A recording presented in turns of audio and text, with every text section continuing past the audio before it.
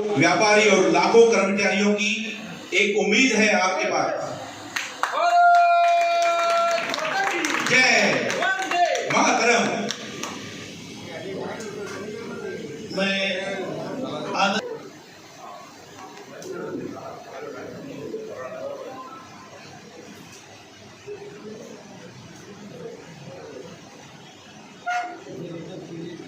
उल्लासनगर के मेरे सभी सिंधी परिवारों को जय झूलेलाल जी।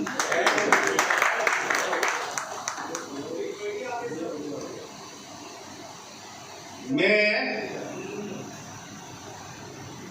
कई समय से सोचता था कि सिंधी समाज पाकिस्तान से खाली हाथ आया और यहाँ पर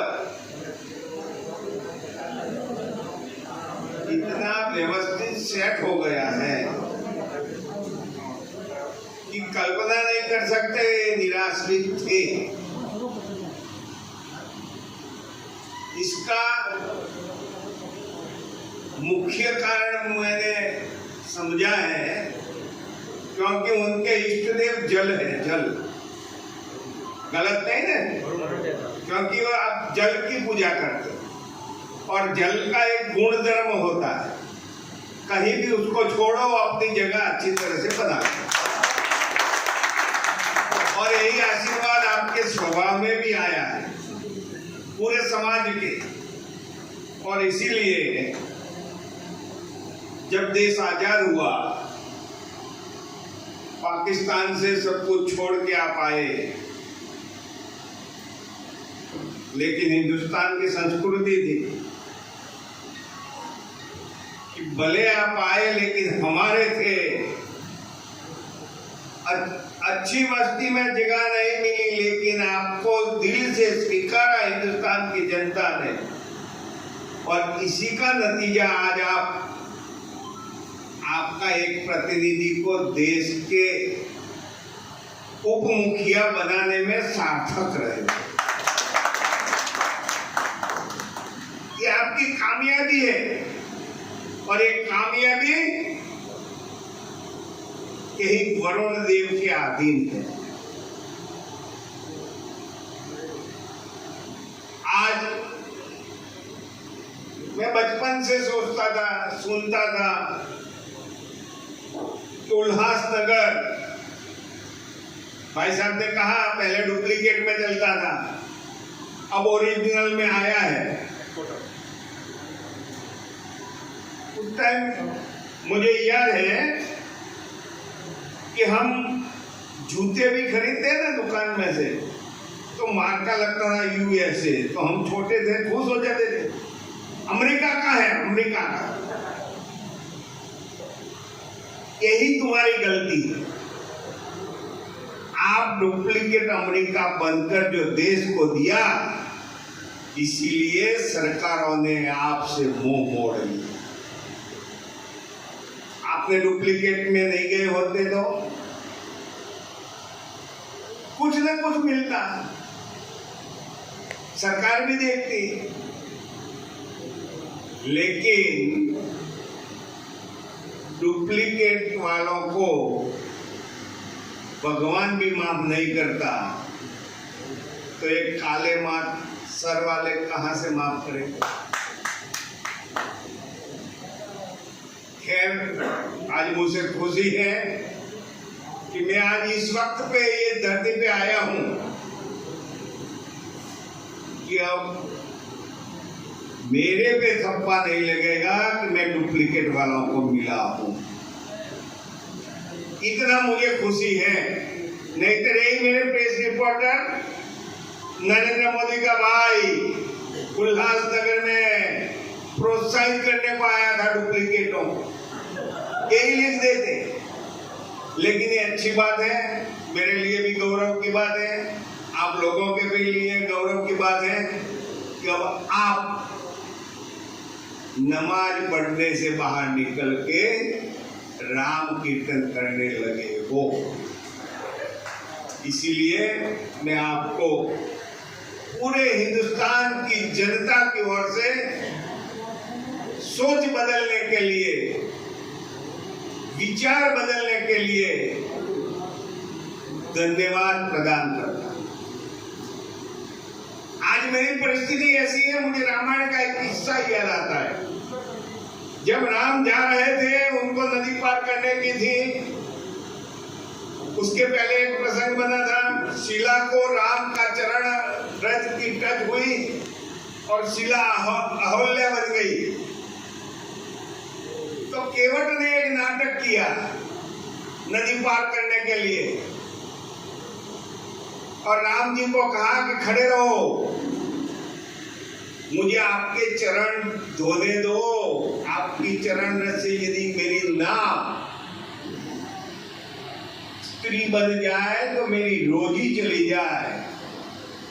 आज मेरी परिस्थिति ऐसी है कि आप सब व्यापारी भाई राम के स्वरूप में मेरे सामने हो और मैं केवट हूं आपके सामने।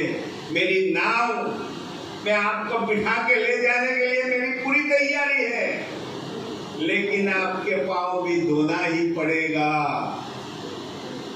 क्योंकि मेरी नाव बदनाम न हो जाए।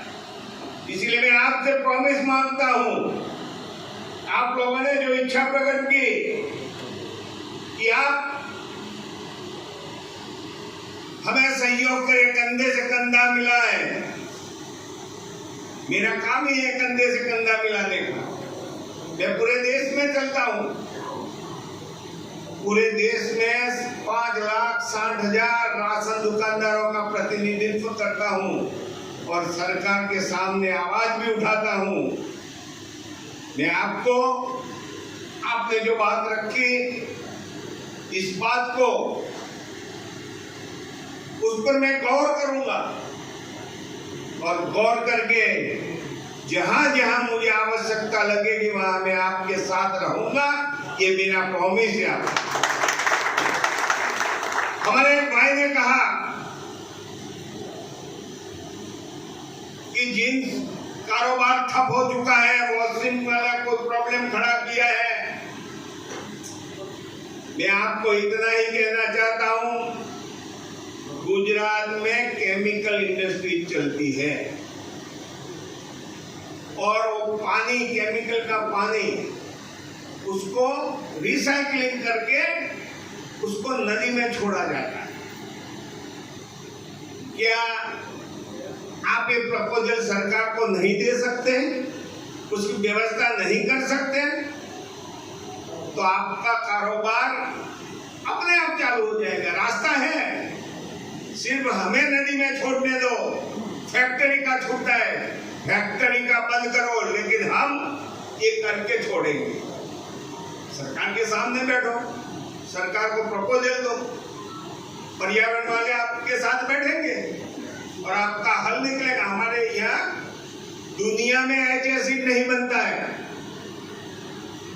हिंदुस्तान में एच एसिड बनता है, वो भयंकर जहरी है केमिकल। दुनिया वाले मनाही करते हैं, लेकिन हिंदुस्तान वाले बनाते हैं। उसका जो कचरा होता है ना, वो कचरा फेंकने से जमीन खराब हो जाती है।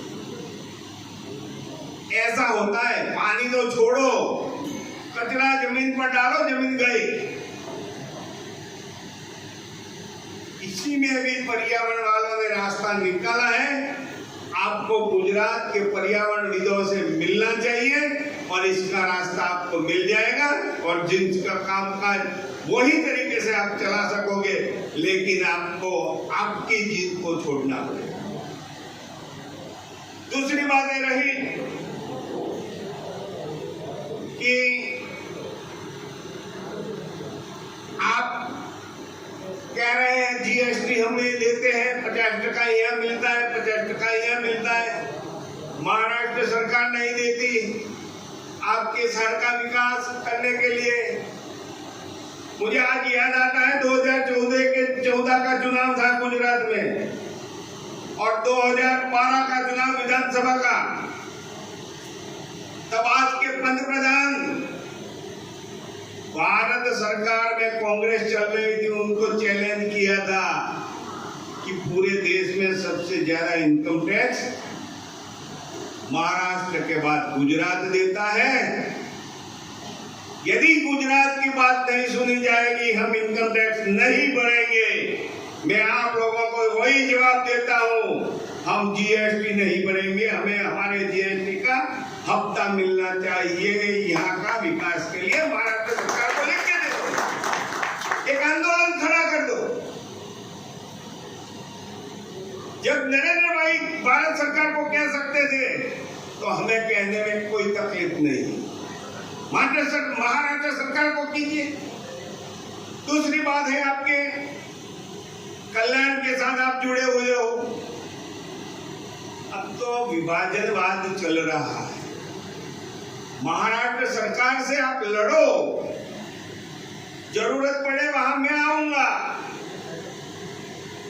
हमें भी उल्लासनगर की नगर पालिका अलग घोषित करवाएं, आपके प्रश्न सब सोल्व हो जाएंगे। फिर आप वहीवट करो, फिर आपके मुकदमे चलेंगे। आप ये मांग सकते हो। जब आबादी बढ़ी है आपकी, तो आबादी के तौर पर जाइए। तीसरी बात यह है कि यहाँ के कॉर्पोरेटरों को वार्षिक फंड मिलता है यूज करने के लिए। यहाँ के विधानसभा के सदस्यों को वार्षिक फंड मिलता है यूज करने के लिए। तो आपका कॉर्पोरेटर यहाँ से होगा कि नहीं? 78 यहाँ से है। कितने पैसे मिलते हैं? हाँ, लेकिन कितने पैसे एक कॉर्पोरेटर को मिलते हैं? नहीं, घोषित क्या हुआ है? 12 लाख 78 78 तो 12 लाख से भी तो कितने रुपये हुए? अरे आपके रोड इंफ्रास्ट्रक्चर सोने का बन जाए, सोने का। आप क्यों सोते हो? ये तो मांगने का हक आपको भी है। जो टैक्स देता है यहाँ पर, वो जवाब मांग सकता है कॉर्पोरेटर का। 12 लाख रुपया कहाँ खर्च होता है हर साल? 5 साल का 60 लाख हुआ, 60 लाख। और 78 कितने रुपया है तुम्हारे शहर में? कहाँ खर्च होता है? 1-1 फुट के गड्ढे हैं। इंफ्रास्ट्रक्चर तुम्हारा देखो। ये कमी सरकार की नहीं है, ये कमी तुम्हारे नगर सेवकों की है। इसका जवाब मांगो।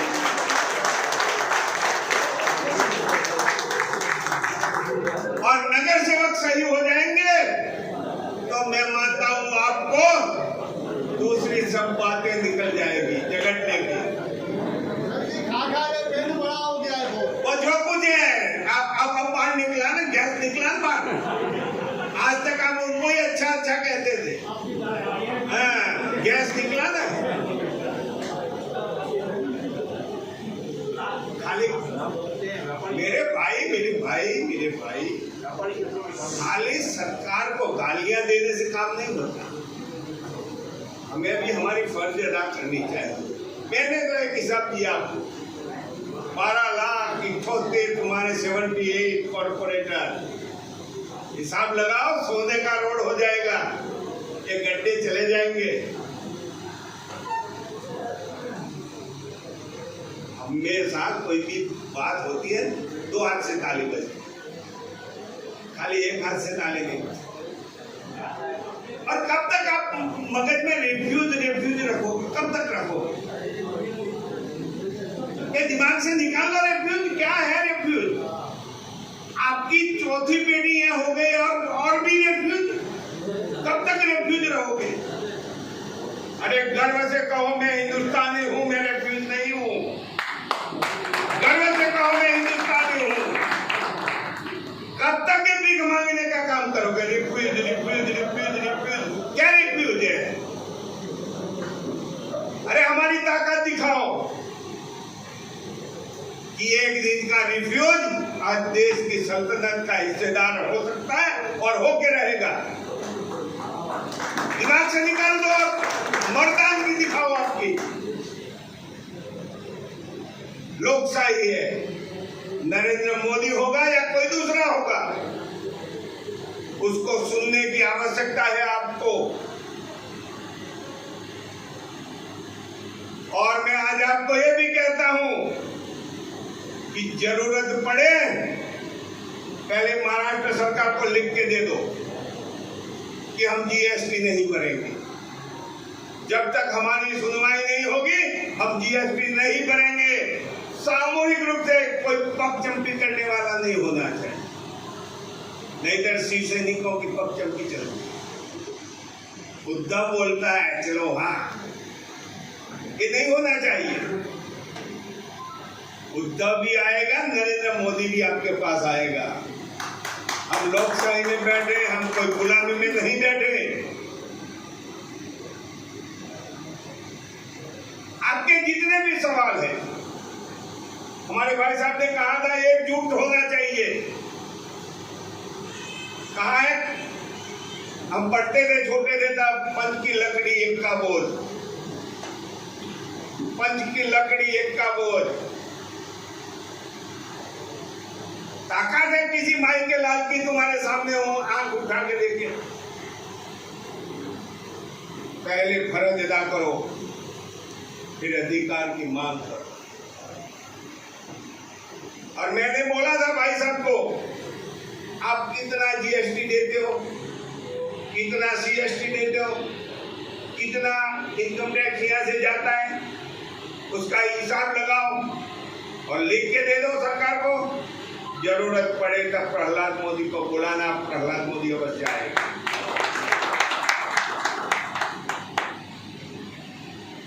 हमें आक्षेप करने की जरूरत नहीं है, हमें लड़ने की जरूरत है।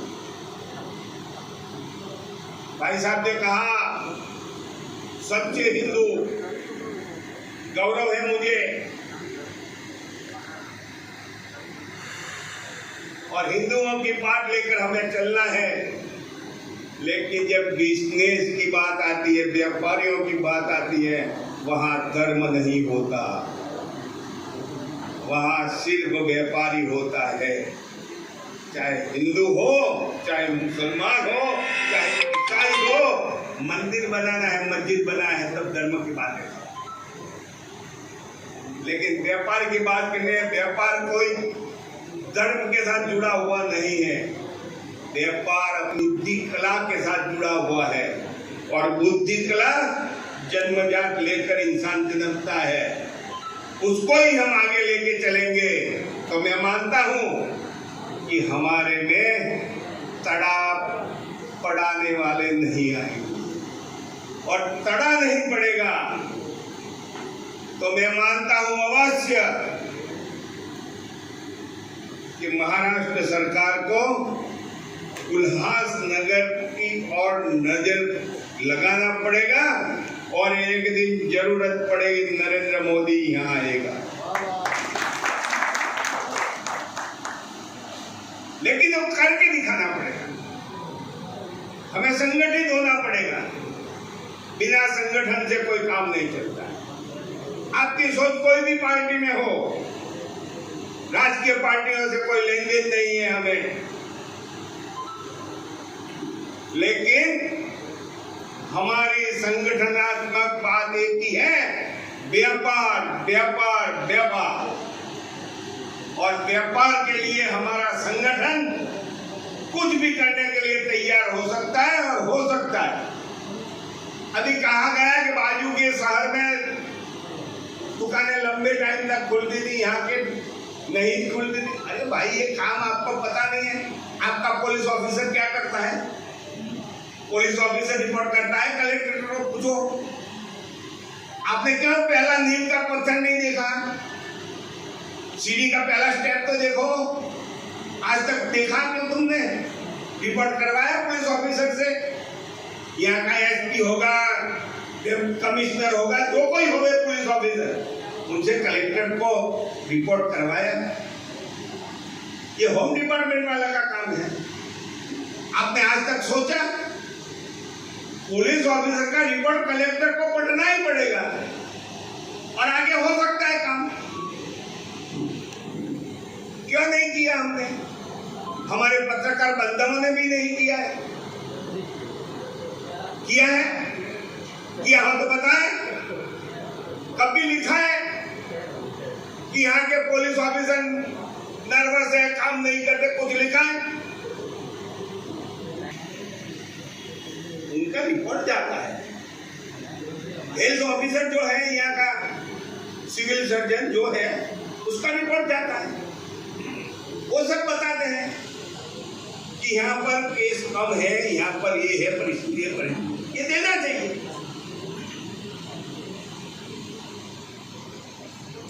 खाली हमें व्यवस्था को बदनाम करने का काम करना, ये हमारा काम। ये काम में मैं मानता भी नहीं। हमें करना है तो सच्चा काम करना है और करके दिखाना है।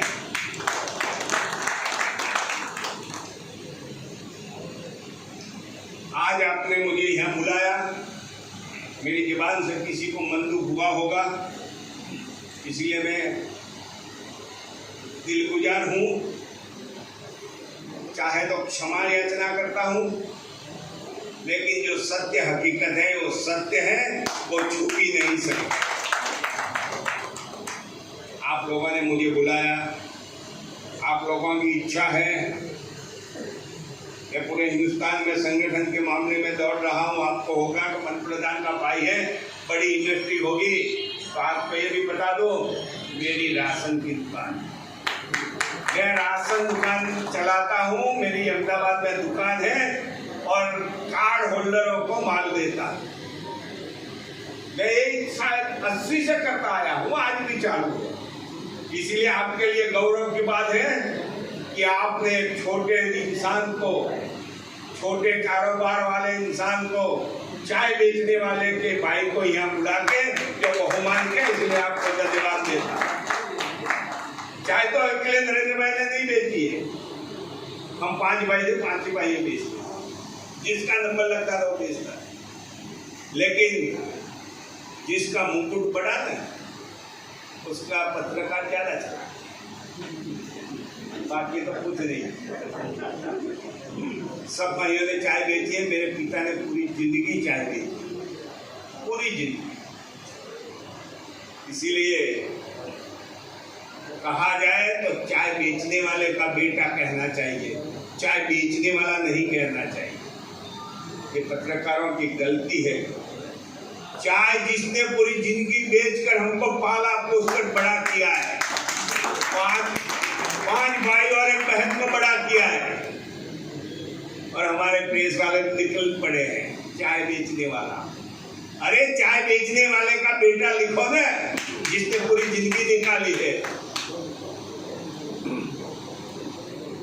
आज मैं इतना ही इस अवसर पर कहता हूँ कि जब भी आपको जरूरत पड़े, आपके इस छोटे बेटे को याद करना। अवश्य आपके बीच आएगा। चाहे सरकार के सामने हमें लड़ना पड़ेगा, लेकिन सच्ची बात को लिए लड़ना पड़ेगा, तो मैं मानता हूँ कि हमारी जीत अवश्य होगी। और मैं झूलेलाल जी को प्रार्थना करता हूँ कि बिना रजुआत करे आज का प्रेस वहां तक पहुंच जाए, कल तुम्हारी समस्या सॉल्व होना शुरू हो जाए। धन्यवाद।